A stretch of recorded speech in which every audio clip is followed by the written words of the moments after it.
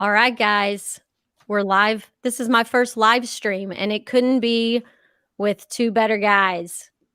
We've got Jack and Kim from the documentary Jack's Garage, and I'm super excited to share another example on this podcast of how stepping into your power and out of the cannabis closet inspires positive change and people, it saves lives. So, Jack and Kim, thank you so much for joining me today. And we may have a special guest later on joining us, right, guys? It's true. Thanks for having us. We're excited just to share Jack's story. Yeah. So tell me, introduce yourself just to the audience real quick, and then and also Karen, who may be popping in. That way, there's no confusion later. Sure, I'll go first. I'm Kim Soltarski. I'm the director-producer of the documentary film Jack's Garage. I'm based in Toronto, Canada, and it came about through a long journey of my personal history, which we'll talk about later, and then also possibly my great producing partner, Karen Wilkie, will be joining us. And then, of course, we have Jack of Jack's Garage. The star of the show. Jack, welcome. How you doing? My name's Jack Kungle. I live in Kingsville, Ontario. That's Canada's most southern town. You can't get any further south than that. I'm a terminal cancer survivor, and I was injured in 1990 and tons of medical issues. And so I stepped into the cannabis ring, and I went down the rabbit hole very, very, very far. I came out the other side. Yeah, you did. And I will tell you that in this documentary, it's 35 minutes long, and I both laughed and cried through this thing. But you're not just preaching the gospel, you are living the gospel, Jack. And absolutely. I was so inspired by your message and the things that I was seeing that was happening not only in your life, but the other people that are involved in this documentary. That my juicer that's been broken underneath my sink for the last year, I replaced it that night. Nice. Yeah. Yes. This is inspiring stuff. Like, so in this documentary, you really hone in on three things: the power of cannabis, the power of plant-based diets, and the power of emotional healing.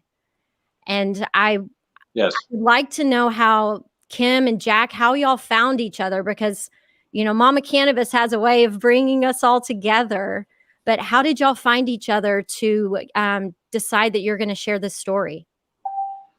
Well, yeah, it's like I say, the wonderful plant cannabis, you know, makes friends of friends become very good friends. So it started on a very personal way for me. I was diagnosed 6.5 years ago with melanoma stage 3B skin cancer. I had a little innocent looking mole right here in the side of my head and had it removed by my dermatologist. And 2 weeks later, I get the big cancer call, the call that no one ever wants. So, of course, it puts you in a tailspin, but also within days, a friend of a friend reached out to me and explained that he had followed the Rick Simpson protocol. Rick Simpson's one of the pioneers of the do-it-yourself cannabis healing world. And within a matter of weeks, he shared that how he cured himself of melanoma and lung cancer. And I heard, and I did my research, and I did the research that the hospitals were offering me. And I quickly decided to start doing full extract cannabis oil to kick the cancer out of me before it spread through my body. And here I am 6.5 years later, completely healthy. And through that journey, I was incredibly grateful at the gratitude and the paying it forward, the selflessness that someone risked a lot of things to share their story with me. And so as a filmmaker, I said, well, how can I pay it forward once I got a handle on this? And as a filmmaker, well, let's make a film about it. So I went to search other stories like this, and I started filming with a group of wonderful people in Meaford, Ontario. Started filming with them, documentary I hope to release later in 2021. But then my paths crossed with Jack Kungle. I saw his website and I reached out to Jack, said, hey, Jack, I'd love to talk with you and bring a camera. And he responded very positively, and we just hit it off. And we had eight or nine shooting days, and Jack's Garage is just the beginning of our friendship and learning together. That's awesome. Jack, what do you like to add? Well, I was giving a talk up in Windsor, I believe, when his friend heard me speak.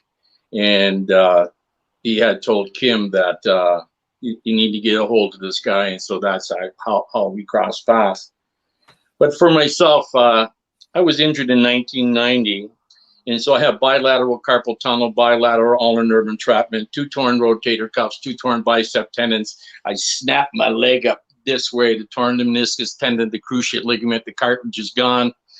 And all the drugs that they had me on, I vomited for 25 years, 25, 30 times a day. I busted 4 ribs over 300 times vomiting.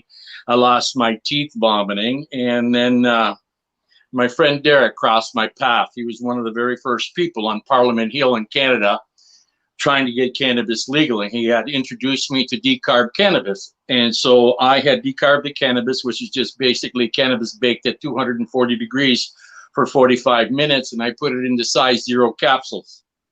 So I started to eat these capsules, and in 30 days, I was off 180 milligrams of OxyContin. The next 30 days, I was off 100 milligrams of morphine. Next 30 days, I was off my fentanyl patch. And in the next 3 months, I was off every single medication I was on. It fixed my diabetes. It fixed my blood pressure, regulated my weight, 72 pounds, gave me the use of my upper girdle back. I took my leg brace off. And after all that, then I was told I had terminal bladder cancer. And they had told me that if I don't do anything, I have maybe 3 months. And if I let them remove my bladder, my prostate, I might have a year or maybe more. So what I did, I came home and I started to read. So I took 28 days of the 3 months that they said I had, and I was one very upset individual when I discovered that the United States government holds a patent on cannabis oil, patent number 6630507, as a neuroprotectant. It does the exact opposite of everything that they said it did. We have an endocannabinoid system in the body, and it's a system strictly to process cannabis, nothing else. That's its job. Every single creature on the planet has this endocannabinoid system. In this system, we have CB1 and CB2 receptors, and so the CB1 receptors run all our organs, and the CB2 receptor is our immune system. So it's a very easy way to keep the population sick by keeping the most important food in plant away from the human being. It's been a crime against humanity is what this does. And what cannabis does, you ingest it, it just goes to work. It keeps the body in homeostasis so it can heal all the time. But the best part with cannabis is it causes the programmed apoptosis of the cancer cell, programmed cell death. So now what we do here is we cut off the food supply to the cancer, and then we add cannabis to the picture. So the cannabis, taking the cannabis, that's the easy part. It's the lifestyle change that has to happen. That's the part that nobody can do. That no bread, no pasta, no potatoes, no sugar, no red meat, no dairy products, no eggs, no chicken, no fish, and everybody's jaw drops. Right. Hey, well, what am I supposed to eat? And I always say, anything else except those 9 things. We only used 9 fingers. You can eat anything else except those 9 things. Now, that increases your chances phenomenal. So we eat what we call a methionine restricted diet. And so cancer feeds on methionine. We need methionine in our foods. And so fruits, nuts, vegetables, grains, and beans, the number is 80. Perfect. But once we're sick, anything over and above that now is detrimental to our health. So dairy products is 180 units, red meat is 195, eggs is 240, chicken is 480, and fish is almost 700 off the charts. So methionine, that's what cancer-smelling dogs smell. Mm-hmm. All cancer gives off methionine. So cancer also feeds on sugar, so hence the carbs. And so all your left spin sugars goes directly to feed the sickness. So the object of the game here, cut off the food supply, use cannabis. It causes the programmed apoptosis of the cancer cell, and then you're off to the races. You know, as you're saying this, Jack, my sister-in-law had stage 4 breast cancer, and she decided to combine the philosophy that you have, but go ahead and do the chemotherapy and combine these things. And so, you know, she shows up to her chemo treatment, and there's bowls of candy sitting around everywhere. Yes. These patients. Yes. And she's like, what the hell is going on around here? Yes. Going home and juicing a whole stalk, a whole bulk of celery, to start doing the detoxification process as soon as she gets home. And she was not having all of the side effects of the chemotherapy that everyone else Exactly. has, because she was feeding her body the proper fuel. And, and that's the thing that people need to really talk about is, yes, cannabis is an absolute miracle, but cannabis is one foundational tool. And, yes. What is coming in and out of your head is another huge piece of it. And then, like you said, what you're putting in your pie hole is the other big component. Yes, absolutely. Absolutely. So you knew already that the food piece was important, or during your research, you were like, okay, the cannabis food. Well, during my research, but what happened to me is I went to bed on a Thursday night and I woke up Friday morning and I couldn't eat any meat. I couldn't eat any fish. The smell of it started making me throw up, everything. I just could not get even close to any of that. I don't know what happened. So I had stopped eating all of that for over a year. I was a charter boat fishing. You paid me big dollars to put a worm on your hook. My fish were flopping when they come home. And I couldn't set foot on my boat without throwing up. And so I had stopped eating all that. And then I had come across the video of methionine restriction. And my body had told me to stop eating everything that I said. Yeah, your body intuitively knew. Yes.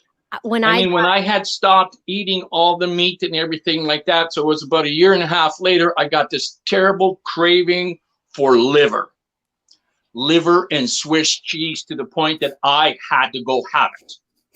After I had it, I felt fantastic. And then I come to realize I was talking with an 18-year-old boy that's never had a piece of meat in his life. And I was telling him the cravings that I was having. He goes, oh, Jack, that's B12. So liver and Swiss cheese has the highest content of B12. My body told me that.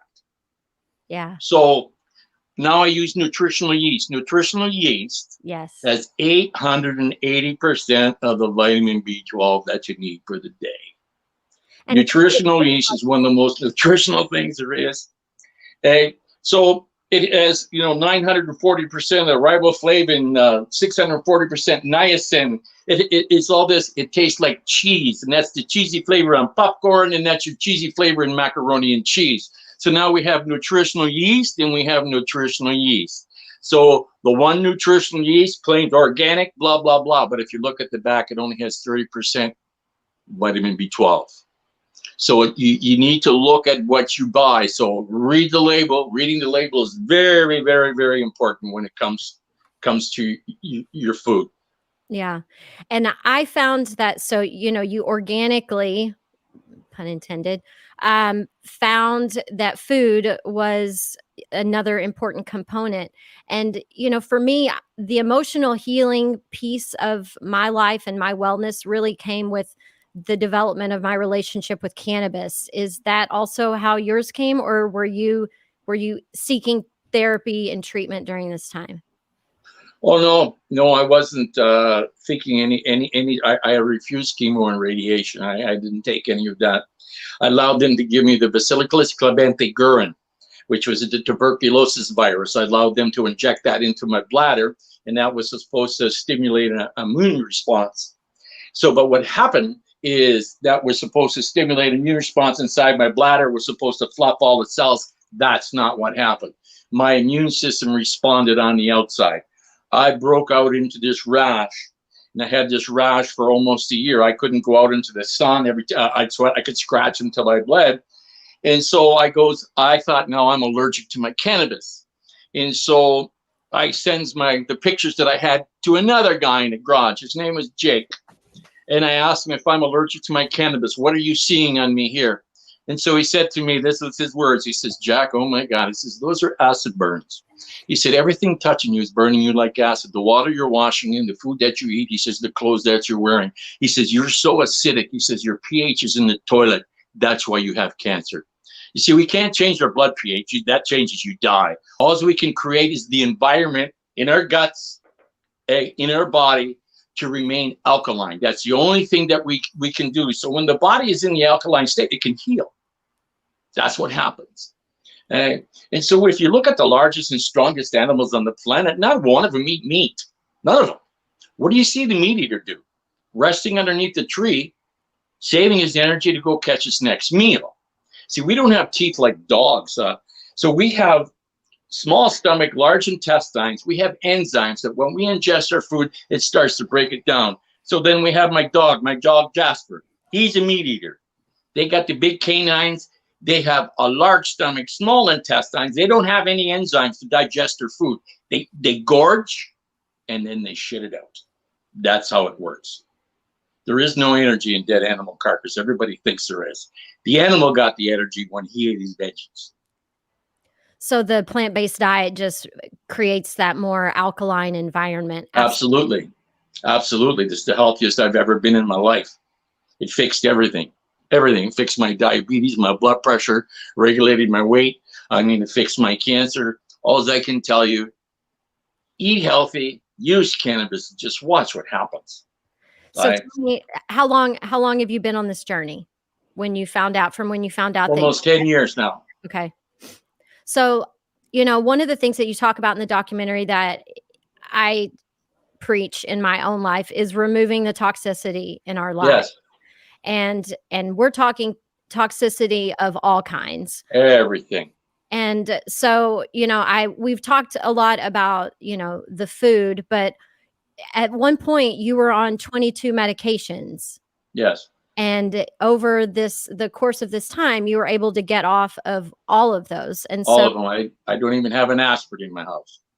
So tell me how you removed the toxic people and relationships in your life. I think that's probably the toughest one for people. Well, my marriage was toxic. My friends were toxic. My food was toxic. My life was toxic. Everything around me was toxic. The only thing that wasn't toxic was the cannabis. So as I started to ingest, things became clearer and clearer as to what I needed to do. And earlier on, you had talked about power. I took my power back from everybody. I'm at 100%. I took my power back from my ex, my friends, all the assholes in my life. I took it back. See, now I can help others. I'm at 100%. If you're not 100%, you can't help anybody because you couldn't help yourself to get there. Yeah. And so it's very, very important that you look at your life and you look at everything. For me, my cancer was caused by the emotional issues. Me being raped by my uncle when I was a little boy and then living across the street from the house where it happened for the last 34 years. And so there's a lot of stuff you have to look at, and people can't look at themselves. That's the hardest thing, is to face you. Yes. Well, it's the work of our lives. It is the absolute work. That is the work that people need to be doing, not absolutely grinding away at a project or a deadline. It's just like the first 2 hours of my day are full time. They're me time. And I don't deal with anything that I am not interested in the first 2 hours of my day. And not enough people do that. Not enough people make themselves a priority. See, I don't deal with anything that I have no interest in. Yeah. Nothing. I strictly focus now on my health and my happiness. Yeah. Okay? That's my life's job now. All I can tell you, it's a lot easier to deal with your health than it is to deal when you get sick. Yeah. That's the bottom line. It's a lot easier to stay healthy than to deal with once you get sick. Well, because absolutely. You go into that system, you might never come out. Right. I think about that close. Getting my supplements or any of that stuff. And it's like, oh, this is kind of high, but I'm like, well, it's a hell of a lot cheaper than a doctor's bill. Yes. Yeah, I don't have an issue paying for my nuts and my supplements. And all that stuff, because I look down, I don't buy any meats or anything like that. So that's the most expensive part. The most expensive part for me is the nuts. So I wait until they're on sale. I buy a whole bunch. I buy a year's worth for a couple $100, and then I freeze them and I bring them out as I need them. So then it's only like 50, 60 cents a day for the nuts. Yeah. So that's where I get my fats and everything. They're super expensive, but yeah, it's the good stuff. I pay $11 for a little bag of pistachios, but I'm not going to stop because they're freaking delicious. Yes. So, okay. If people want to do this, if they want to do what you've done and they want to start this journey to health and happiness like you did, what are those first few things, those first few hurdles that you jump over that, that people need to kind of start with? The first thing is to get your head out of your ass thinking that you need to eat meat. That's the first thing. Because all your fruits, nuts, and vegetables, grains, and beans contain amino acids, and when you eat them, they change the protein. That's how it works. And so getting around that, people feel cheated when the person beside you now is eating a steak, because of your journey. Now you can't. See, I never ever felt cheated, ever. This is the healthiest I've ever been. This is the best I've ever ate in my life. So you just need to rethink. See what happened? Vegetarians and that, they're always made fun of. And I don't understand why. It's just like the people that drink always made fun of the people that use cannabis. Hey, we know what you're doing over there. Yeah, we're smoking a joint. We're staying away from you drunks. Right? And that's the bottom line. So you see, everybody needs to get their head out of their ass when it comes to lifestyle, diet, friendship, and you gotta take care of you first. You're number one. Everybody else is number two. Once you see, when I deal with a lot of women and stuff like that, and they're the sick family member with the cancer, and they're still concerned about putting food on the table, for the husband. And what I've noticed, a lot of male partners of the female partners that are sick, oh, I'm not going to do that. Da, da, da, da. And I speak right up and I call you selfish son of a bitch. I said, your wife's dying and you won't even change your diet to help her. We have a pretty sad society here. We really do. We really do. And that's just things that I've seen in my garage, and it just shakes my head. I don't have a very good bedside manner when you come and see me. I'm direct and to the point. Because you need a slap in the face because you just don't get it. You've been told by your doctor, this is what's going to happen. You've been told by the specialist, this is what's going to happen. And so many people are still in denial. You come and see me and I go, yeah, you're fucking dying. End of story. Well, but it's a hell of a lot easier for somebody to say, oh, well, the person in the white coat, they're responsible for my health, and they can put that responsibility there. And it's just like, no, you have the authority. You're responsible for your health.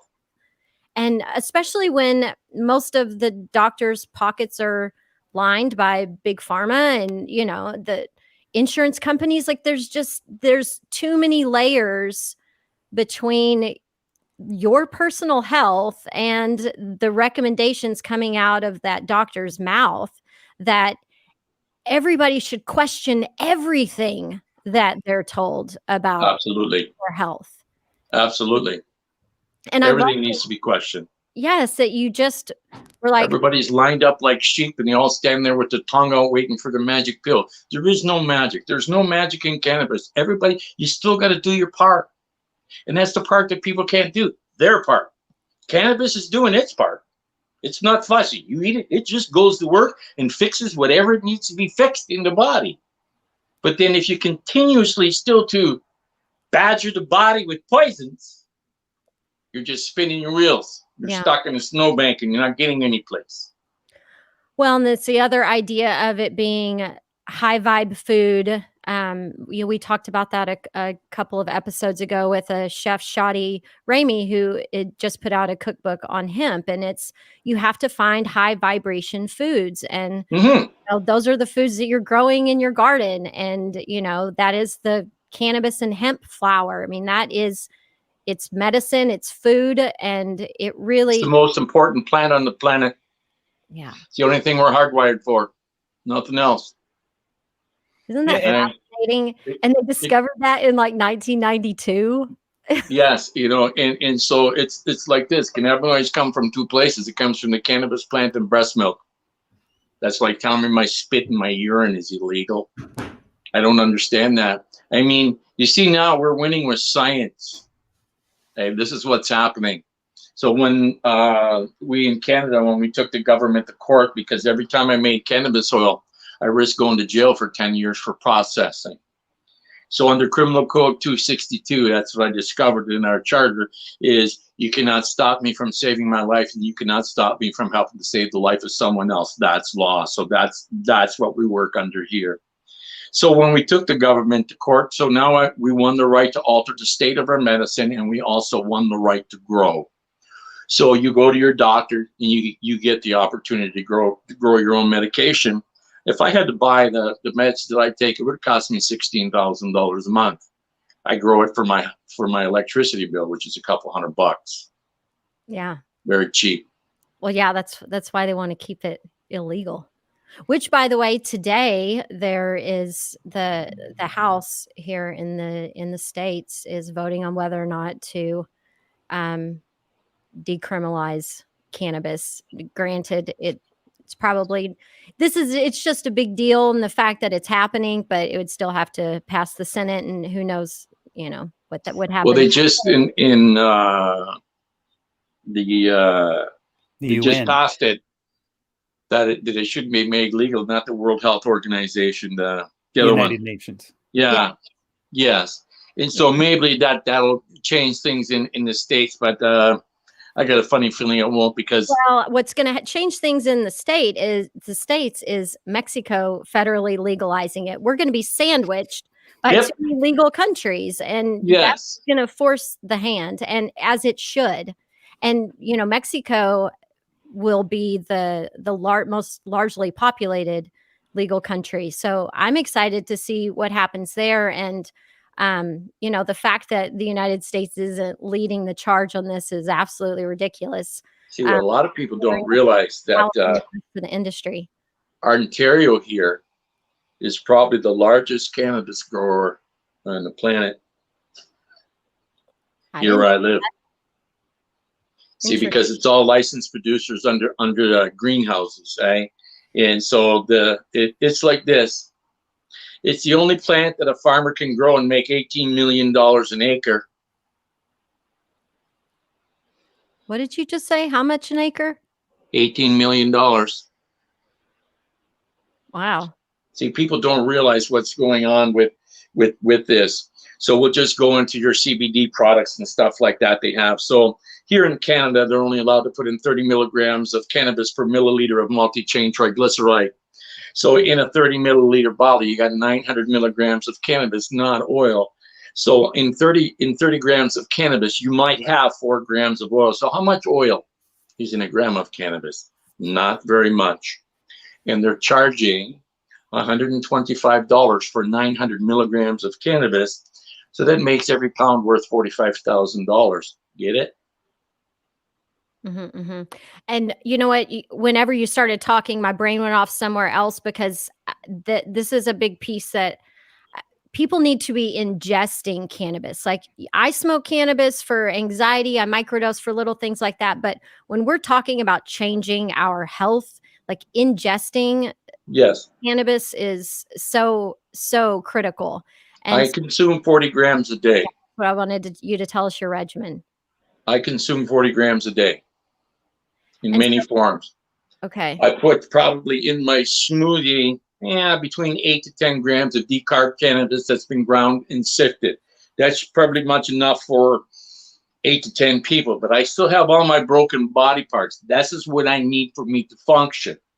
So then I take a couple of grams of FICO, Then I have my coconut oil extract. Then I have my baked goods. Then I have my capsules. And then I vaporize and I smoke all day long because I need to remain at this level in order for me to function.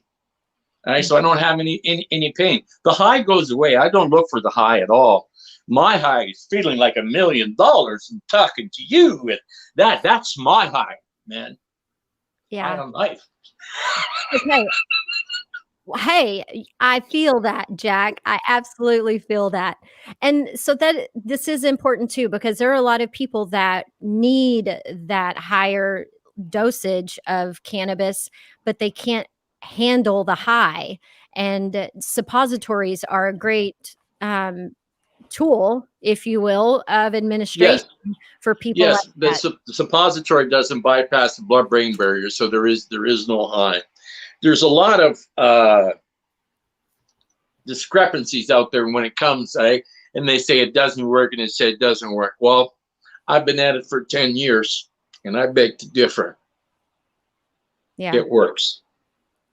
And it works for me. I use suppositories every night. It works to maximize my dose. And so what it is, and that allows you to keep it in you. So if you got to go to work, it allows you to do it, and there's no high. You can function when you come home and then take the stuff that you need. You see, no high, no cure. That's how it works. Okay? So the high is the cure. The THC delta 9, that the part that makes us high is what is the fix, not the CBD. And CBD, it just addresses symptoms and it will never address the cause. Well, no, I disagree. CBD can also help shrink cancer cells. It just stops it from metastasizing. It addresses the symptoms. It never addresses the cause. And it also relieves inflammation, which is another huge There's 488 cannabinoids in cannabis, and we need every single one of them. Separating the CBD that happened because of the Stanley brothers in Colorado. They got all the money, they got all the dispensaries, and they got the scientific team. So they went in and pulled out the CBD, that single cannabinoid, said it doesn't make you high. So that's the one they peddled across North America. Well, so many people have died because the CBD gets all the recognition, them believing that the CBD fixes cancer. No. Just so you understand, none of us have ever used CBD. You use but you don't, it's not like you exclude CBD. No. So whatever my cannabis CBD is in it, that's fine. So usually my CBD, I get the least amount of CBD in it. Okay. Mine is always less than 1%. There is CBD in it, but it's always less than 1%. But I always do full extract. I don't do a quick wash. I want all the cannabinoids. I want the chlorophyll out of the plant because chlorophyll oxygenates the blood. And I have absolutely no idea why you would remove the chlorophyll out of the most important plant that we have. Yeah. Well, I think people do that mostly for the taste, but they're not thinking medicine shouldn't taste good. Well, and they're not thinking about it from a holistic perspective. No, they're thinking about the high side of things. Yes. And so we're going to go through one of my listener question that I received, because we're kind of talking around something that's happening in her life. And so a girl's name is Kiana, and her dad suffered a major stroke at 51 years old. He was a cannabis user over 15 years ago, but his wife is allergic to smoke, and she wasn't a fan of cannabis, so he doesn't use it anymore. He's on anti-seizure meds because he still is having many strokes and seizures. He's nonverbal. He's got major headaches because he's had a craniotomy, chronic pain from hip replacement. He's got gout, and she is trying to help her parents understand how to holistically include cannabis into his life so that they can help everyone's quality of life. But he's miserable. He's fucking miserable, and his wife won't let him use cannabis, and she would have to be the one that got it. And so, I wanted your story, and both. Well, first we address the diet to address because he has gout. So that already tells me he's not eating right at all. Mm-hmm. Okay, that's issue number one. And that has to be addressed, because if we don't change the food, we're just spinning our wheels. Just so you understand, I swallowed a syringe of cannabis oil every single day. So that's almost 6 grams of FECO. I swallowed that every single day for a year, and my cancer came back because it didn't change anything. So cannabis isn't the magic. You still got to do it. Even if we're talking with strokes, diet is critical here. The body can't repair itself when it's being fed garbage. It can't. It doesn't have the proper tools to do so. So for the seizures and that, we want a high THC, because the THC is what calms the seizures, the high. So when we're dealing with epilepsy and stuff like that, we now bring in the CBD. I don't blend. I have high THC, FECO, and then I have CBD FECO. So pure. So now I can go, you need to take 3 drops of the THC, 1 drop of the CBD. So now we're controlling the ratio. So like having a 1-to-1 blend out of a 1-to-1 ratio plant, we don't know, is it really 1-to-1 when it's all done, unless you actually have it tested. But I know that I have 100% CBD, 100% THC. Now I know how to regulate these numbers, and it makes it very easy to address somebody like that. So you want to eat decarb cannabis, like the cannabis capsules. You feed them to him before he goes to bed. The object here is to get the cannabis into him, so it all has a calming effect. It's very sedative. So now we vaporize. If that's the key thing here, is now vaporize if the smoke bothers us, because now we don't have any smoke. THC vaporizes at 340 degrees. So now that we've done that, basically what has happened during vaporization, the cannabis has been activated, it's been decarboxylated through vaporization. We've only removed the one part, the THC. So now that level of THC from 100% has dropped down to maybe 7-8%. Now is left in the leftover from the vaporizer. Now we eat that because 99% of the cannabinoids are still there, very sedative, very high now in CBN, because the THC has been degraded down to CBN. Now you sleep. So let me interrupt you, Jack. So when you after you've vaporized your flower and you've got the kind of brown flour there, smells a little bit like popcorn. Yes. So do you make oil out of that, or do you Absolutely. Okay, you make oil. Absolutely. Yeah. So when I had first got induced to the vaporizer, my friend Derek, and he had asked me, "Are you using the ABV?" And I said, "Pardon me?" He said, "Already been vaped." I goes, "No, I got a bag of it here." And he goes, "Oh, Jack," he says, "this is what you need to do." So okay. So I took that batch and I threw it into a brownie mix. And so we had band night, and I had no idea what was going to happen here. So it's music night, and the band came. I fed everybody brownies. And an hour and a half later, nobody could sit in their chair. I had to call a taxi, send everybody home, because that's how much the used cannabis still had left in it. Mm-hmm. See, people don't realize that. So now I extract that into an oil that's very high in CBN, very sedative, knocks you right out cold. Nice. So we throw nothing away. So when you smoke a joint, just so you know, the smoke has nothing to do with you getting high whatsoever. What happens is when you inhale, it's the heat that passes through the rest of the cannabis vaporizes the THC at 340 degrees. Mm-hmm. So the leftover material that you have from vaporizing, that's what goes up in smoke. Mm-hmm. So now you get to use your cannabis twice. Yeah. Well, and in Kiana's, family, since mom doesn't like smoke, it's like, okay, Kiana, your responsibility is to vaporize cannabis and make oil for your dad. But yes. Yeah, but that is the big key that you just keep bringing up. That's going to be the same answer over and over. It's not just going to be cannabis. It's cannabis, and it's your food, and it's your mindset. And absolutely. And I think that part of the issue with a lot of families is that everybody isn't on board with the same call. And that was an issue between me and the ex. Yeah. That drove a fence between us. And the part that she didn't understand, I was the guy that was dying.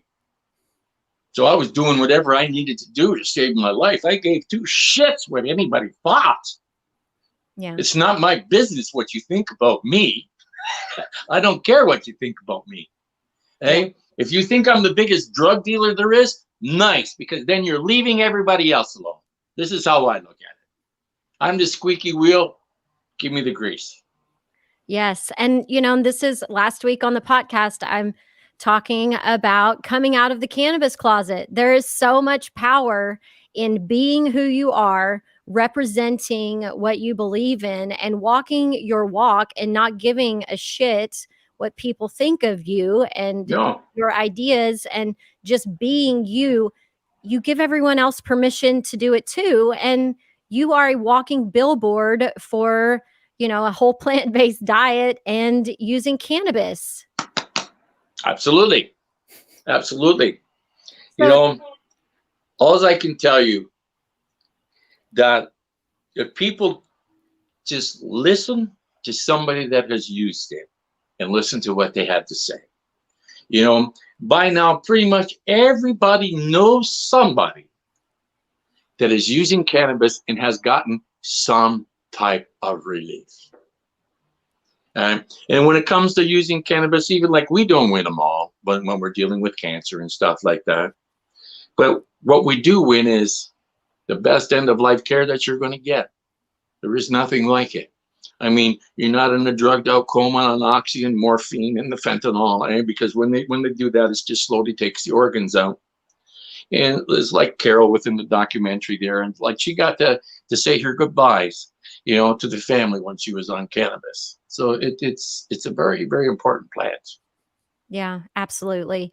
And I appreciate Kim. I'm so grateful that you found Jack so that you could tell his story, because I believe in 35 minutes, in the length of this documentary, that you're going to change so many minds and help families like Kiana's find some sort of common ground and understanding, and finally moving towards a cannabis for wellness lifestyle, and everybody doing it together, because that, having the community around you, again, like I saw in the documentary, that community is everything. Yeah, yes. Absolutely. There's and you can see in the documentary, and I'm so incredibly honored to call Jack a friend, and spending time with him is one of the greatest treats of my life, because not only is it an education, but it's such a beautiful vibe when you're in Jack's garage or his house. It's great. And when you see the people, how their lives have been transformed in little and very big, major ways through listening to his story, taking his advice, for me, it's been one of the greatest thrills for me as a filmmaker and as a human to sort of put this out there and to share it, to shine a light, to break down the stigma and encourage the conversation to total health. And just don't think, oh, cannabis, that's it. No, that's just one of the keys. You have to address everything Jack says.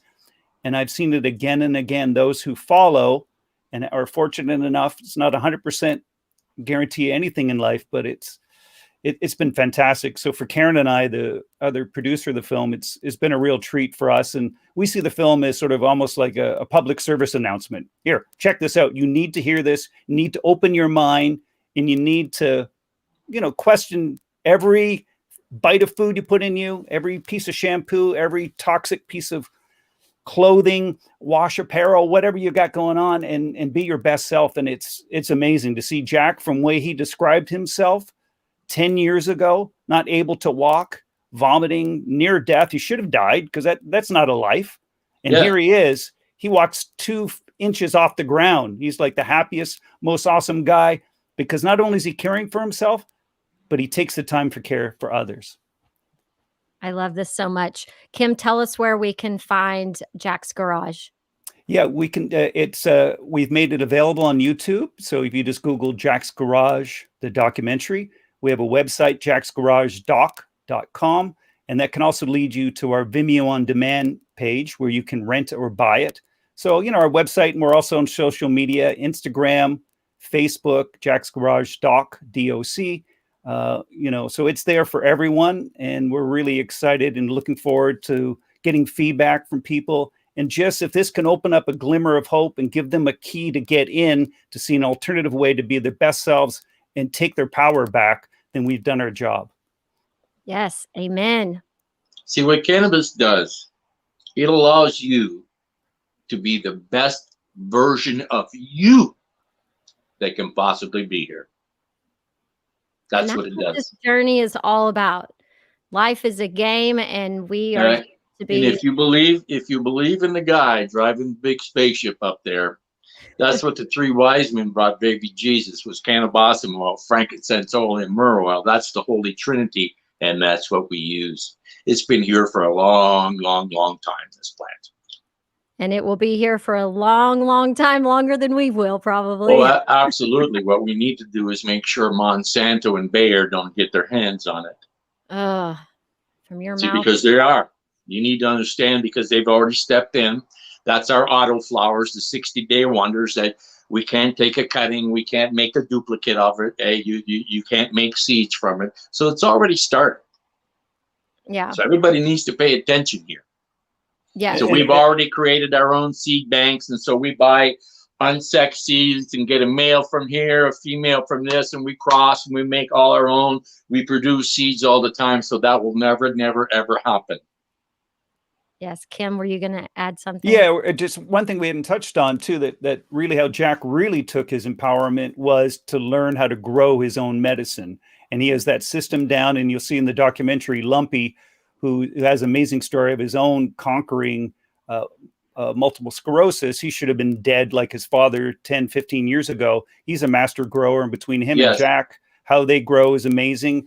And there's nothing better than growing your own medicine, not only for just to absolutely know what you're putting in your body, but just the empowerment and the connection with the plant. And Jack grows his own garden, the whole thing. So we encourage people, where legally possible, grow your own medicine. That's the next step. Take full control of that. It's a long, complicated journey. So do research, ask questions, ask more questions, experiment, take notes. But the growing your own aspect is transformative as well, if you're lucky enough in the situation to do it. Absolutely. So this is where Lumpy comes in. He's in the documentary, and he's the Roman garden. And so what he does, so for example, so if you come and see me and you're dealing with cancer, and so then we make arrangements, and you go and get the grow tent, and then Lumpy comes to your house once a week, and he does everything for you. 6 weeks later, you harvest a crop. See, we don't vegetate, so we're strictly in flower all the time. So we harvest every 6 weeks. So I get off almost 8 crops a year. So every harvest I get, pretty close to a couple of pounds. So that's not bad. Yeah. No, it's great. No, I tell people all the time, know your farmer, but if you are the farmer, even better. Yes, absolutely. Absolutely. Well, I appreciate both of you hanging out. I'm excited for everyone to see Jack's Garage. It is such a, like I said, I laughed, I cried, and I like the way you move through the world, Jack. Thank you for sharing your voice and your life with us.